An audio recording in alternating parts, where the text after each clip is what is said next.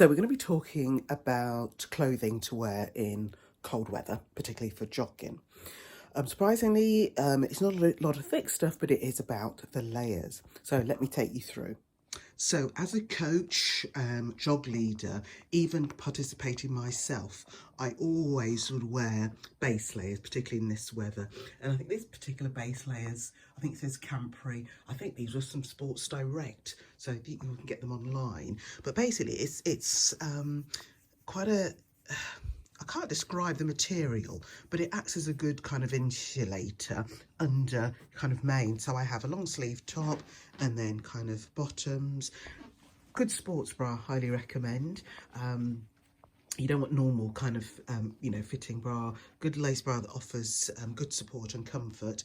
And then I'll be putting on my main kind of what I call skins, so tight bottoms with me socks. I've actually got a fleecy top as opposed to a sporty top, but it's not very thick, but it just adds extra layer. And then on top, I've got this thin jacket. I mean, I've had these items for a good while. So, see you in 5. So, here we go with the base layer. So it looks like an outfit you could wear outside, but I wouldn't recommend it. But it does kind of feel nice and cosy and warm. So we need to get rid of these COVID calories, but nearly all set. Okay, so we now got a top layer on. So our fleecy top with our skins bottom. We've got 2 layers, so it does actually feel compressed, but I know I'll feel warm. Just an addition, whilst it's cold, particularly in this weather with your ears, I can't remember what these are called, but they're great. It's supposed to having a full hat on. It's a Nike one. I'm sure somebody will tell me what they're called, but just covers your head and just covers the ears because they get cold. I tend to wear one that I got, this is ages ago. I think this was from Sports Direct as well. So these are great because they glow in the dark. And they just kind of cover the ears and snug. Because I tell you, if you run in a hat, it does actually get really cold. And gloves, again, I would do these for reflectors, but I might put these on. I have got some thicker gloves that I might put on. Probably won't wear these today, but I'll probably have me one on today. So, next we're going to do a bit of warm-up exercises. Okay, so today it's the last day of January, and I was thinking about 7 years ago, I started up a jogging group where I live. I became a jog leader, kind of qualified for a jog leader, and I decided to start up a jogging group for those who are new to jogging, because I myself having been through that. And I thought, you know what, I'm going to start it again, but this is going to be my own journey. But hopefully you can follow along and pick up some tips to help yourselves. It's one of those where you can do, is it like couch to 5K? But it can just get you in the rhythm of it. So what I'm going to take you through first of all is a few little warm-up bits, because even though we're not doing major jogging to start off with, we will be doing some walking and a tiny bit of jogging. You still need to warm up the muscles. So I'll take you through those exercises. And then, I'll take you on my journey when we go out for a little bit of jogging motion. Okay, so what we do, we start off warming the joints, and I go from the bottom upwards. So we start off with the ankles, and we're kind of loosening the ankles. And what I first of all start off with is a heel to toe. And you literally just do about 5 on each foot, roughly about 10, you can do 15. It's just loosening up those ankles, but you just make sure you get up high.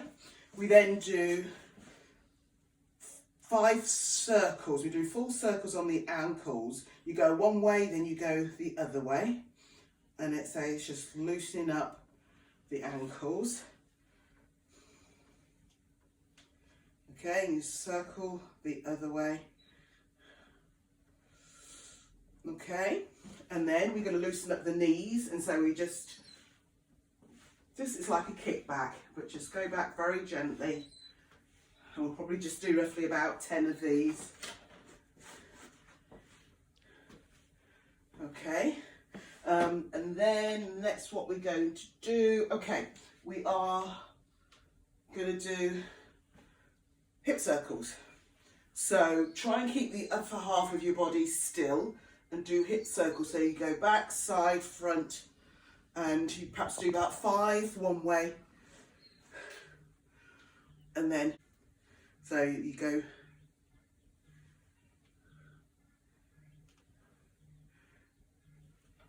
just feel yourself loosening up your hip. Okay, and then just to help again with the hips and the knees, we do high knee raises. And all I just say, it's like creating right angles. So right angle body to the hip, knee down to the ankle, ankle foot. And this one helps loosen the hips and again helps with the knee joints. And you can again roughly do anything between 10 to 20 of these. Okay, and then next we are going to do, oh yes, we do some side bends. So just go to the side and you just go gentle on these movements. So it's just warming up the body. And you probably just do about 5 each side. So it's not major exercise. You don't want to exhaust yourself before you've gone out. Okay, and then we start with arm circles. So we just do big arm circles. Try and, if you can, brush past your ears or just, okay, just get some nice ones going.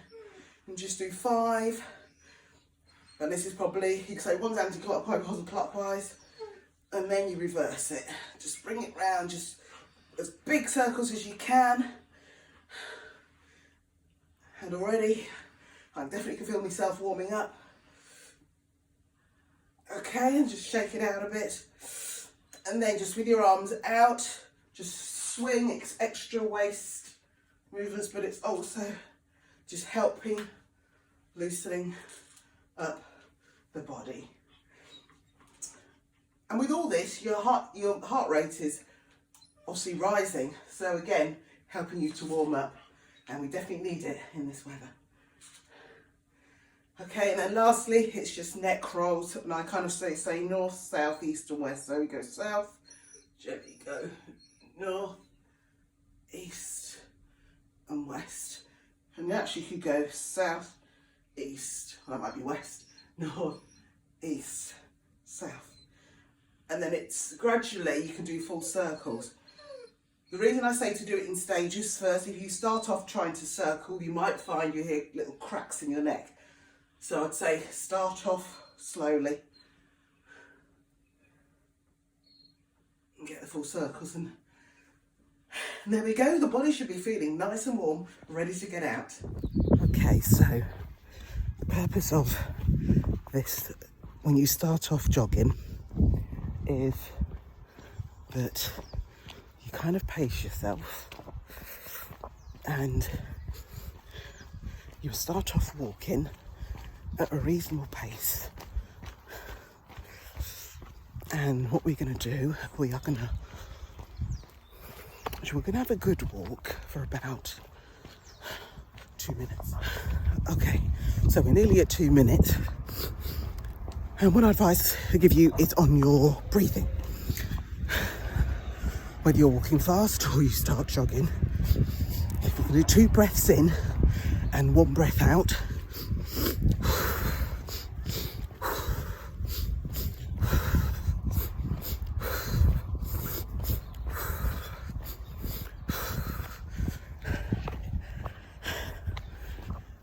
And it helps control your breathing a little bit and just helps your body regulate. And now, if you find that you are out of feeling like that breath, don't worry, keep the breathing, because what I'm going to talk you through is some energy systems. Okay, I think in these days of COVID, you've got to be mindful of being 2 meters apart from other people. So what we do is we walk on the grass a little bit. Okay, so energy systems. Any kind of exercise, our body can probably go through about 3 different energy systems in the course of 15 minutes. And that's the difference between being a sprinter and a long distance runner. So, if you've ever tried to jog and you go out for the first time and you try it, a lot of times why people give up is during the first couple of minutes, your body is using let's say, a fast reactor energy system. But within about 2 minutes, that energy, that burst of energy is depleted. And then your body has to kick in to the second level of energy. And there are some technical names for these. I can find these for you later. But yeah, so it then kicks into another energy system, which takes you from the 2 minute point to about the 8 minute point. Okay, so it's a bit like when people say you get a second wind. It's your energy systems kicking in. And as I say, when you go out, whether you start off walking or once you get into jogging, you go out jogging straight away. I say, when you've done a minute, that second minute will feel like you've been out for hours. And then as you go into your third minute, you'll find that subsides. And then as you're kind of approaching 6 or 7 minutes, it'll feel hard again. Get past your 8 minutes and you'll be surprised how, let's say, your longer energy system then kick in. Let's decide which way we're going to go. We're going to go this way. Okay. So, I've gone past my energy system, so I'm in my next phase. So I say it's 3 phases. And so, I would say when you're learning to jog, is perhaps walk those first couple of minutes and then start jogging on your third minute. But what we'd normally do, which I'm not able to do today as I'm talking to you guys, is say walk your first couple of minutes, then say try a jog for about 30 seconds initially. If you've never done it before, try 30 seconds and then go to walking for a minute. Then go for another 30 seconds and then for another minute. And you may think, oh, I want to jog a bit further. But actually we want the body to get used to what we're doing to it. So we don't want to overdo it, we're kind of giving it a taste. After the third lot of, say, 30 second and minute run, so for 30 second jog, a minute walk. For that third time, walk for 2 minutes and then try jogging for a minute. You'll definitely feel the difference on your legs, but your body will get used to it. And I'd say try that 3 times and then finish off with a walk, which will probably take you back home. I'll work out how long that takes. I think initially you're looking for about 20 to 30 minutes. Okay. And as you get better, you'll change up the different levels. Still keep to 20 to 30 minutes, but you'll perhaps walk a bit shorter and jog for longer in between. Yeah? So I've been walking now, say, for about 7 minutes. So I'm going to be kicking into my third phase energy system, but I'm actually feeling good from my walking. And actually, if you want to work out a route for yourself, you could do a fast walk out somewhere, say up to 10 minutes, walk back, or 15 minutes, walk back. And if you do that walking the whole time, that gives you a gauge of a distance. Now, once you start putting jogging in, you better go a little bit further, but it just helps you work that out. So, I'll see you in a moment after done a bit of jogging. Okay, so I've been walking for about 10 minutes now, and I wanted to get a straight bit where not too many pedestrians coming, so we can do a bit of jogging. Now, with the jogging, it's just going to be just gentle lifting the legs. We're not looking for any massive high knees. Don't overexert yourselves. With your arms, keep your arms just kind of loose. I would say the lower arm, say in line with your belly button, and just let it naturally swing. Don't let your arms cross your body. Keep them going forward, because that's the way you're going. I don't know if I can switch my legs, my feet. Okay, that's not too bad. but we are just lifting the legs up a little bit.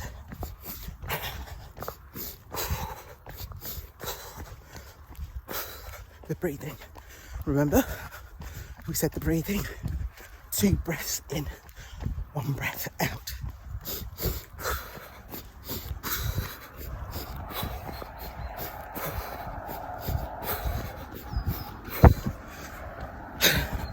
And you can do the breathing in line with your steps.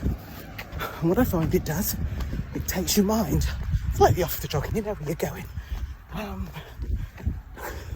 But I've got a nice bit of countryside in amongst houses. But, so because I've jogged before, I haven't jogged for a little while, but I've jogged before, so I've done a bit more than obviously the 30 seconds.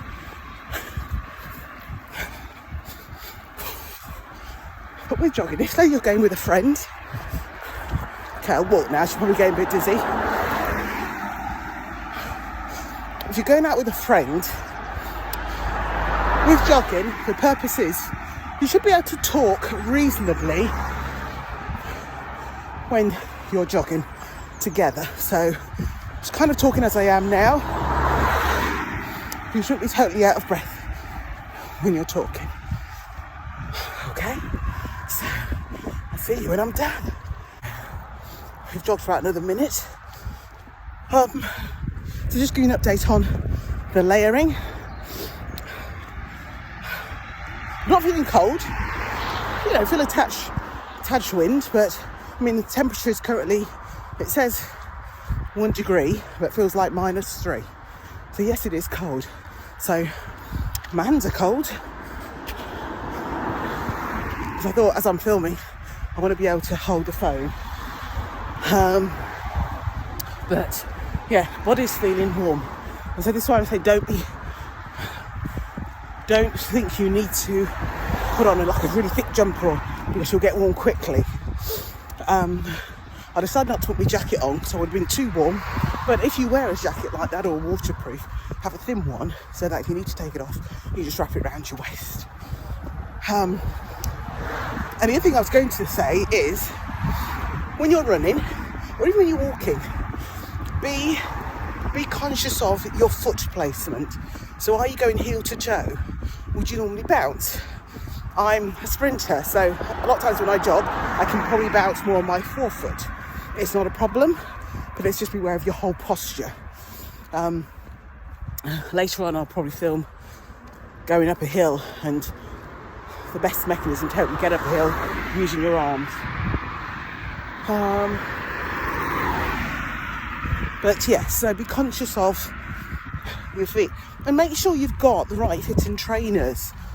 You need to know whether your feet work when they move, if they overpronate, so your arches fall in, or they underpronate, so the edge of your foot, you go down on the outside edges of your feet, or they're neutral, and get the appropriate footwear, because it certainly makes a difference.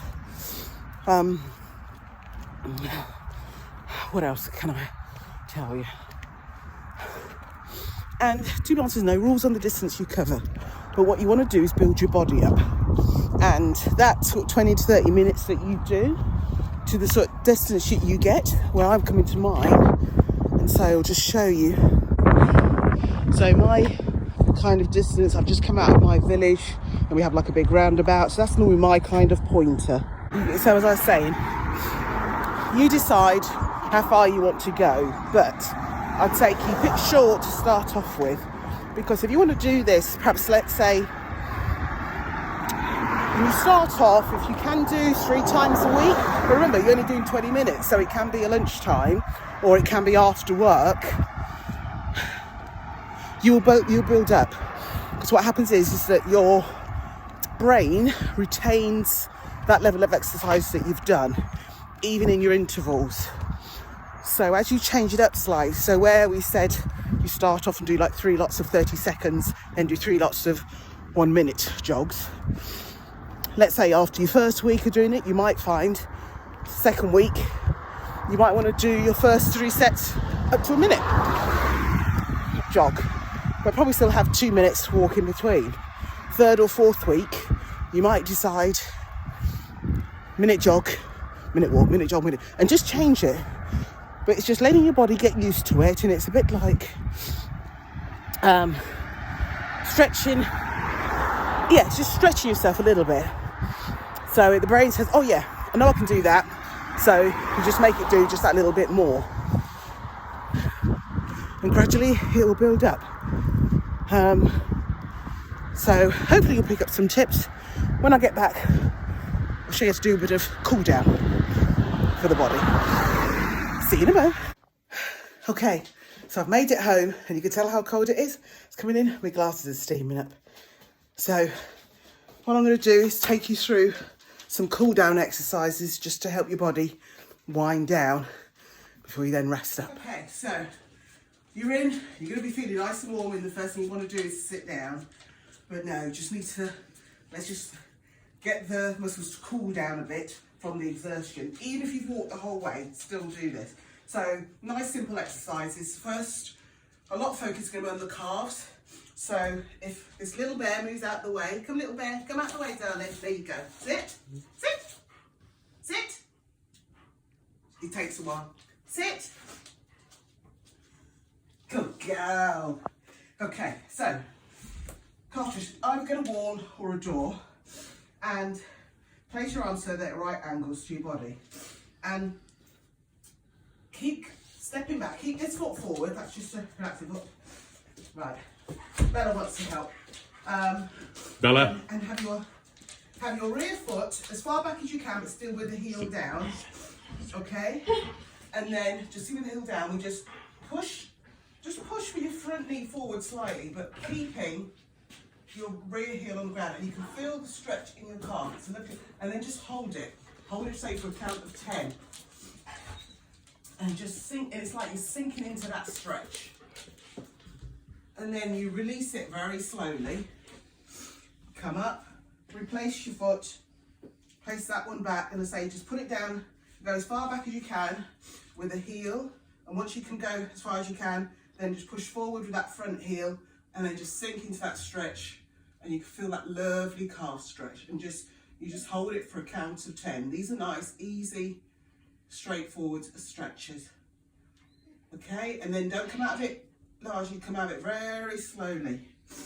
Okay, so whilst we're here using a door as a prop, we can use our quad stretch, okay, which you just grab your ankle. Now, some people grab the heel of their trainer, if you can grab the top of your ankle, and then just try and bring that heel up as far as you can, okay, and just hold it. Make sure that your knees are together, your thighs, don't have one leg in front or behind. Make sure it's level with the other leg and they're together.